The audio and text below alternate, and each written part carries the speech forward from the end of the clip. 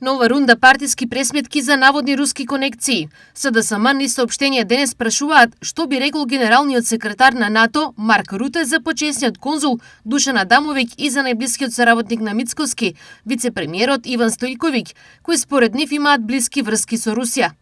ВМРО ДПМН е пак за Филипче Изаев, кој му дале државјанство на човек на Путин, Александар Онишченко, и му возможиле да тера бизниси во Македонија. Прашањето е, што ќе рече генералниот секретар на НАТО за назначувањето на почесниот конзул Душан Адамовиќ и за најблискиот соработник на Мицкоски, вице-премиерот Иван Стојковиќ, кои имаат блиски врски со Русија? Дали е тоа соодветно за земја членка на НАТО? Со денови прашуваме и нема одговор од Мицкоски за неговите врски со Душан Адамовиќ и по кои критериуми на седница на влада го избра својот пријател за почесен конзул на Македонија во Србија. За неговите ставови дека Српска Македонија била окупирана, за бројните криминални афери со кои се поврзува, за неговите високи позиции во СНС, сестринската партија на ВМРО, како и за неговите врски со Русија. Стои во соопштението на Социјалдемократскиот сојуз. Близок соработник на Путин во прегратки на Филипче Изаев.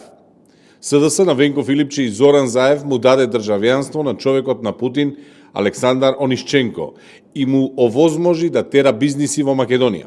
Инаку, Онишченко бил член на проруската партија на тогашниот председател Виктор Јануковиќ, своевремено и пратеник во Украина, и станува збор за човек кој е осуден на 15 години затворска казна поради перење на пари и корупција.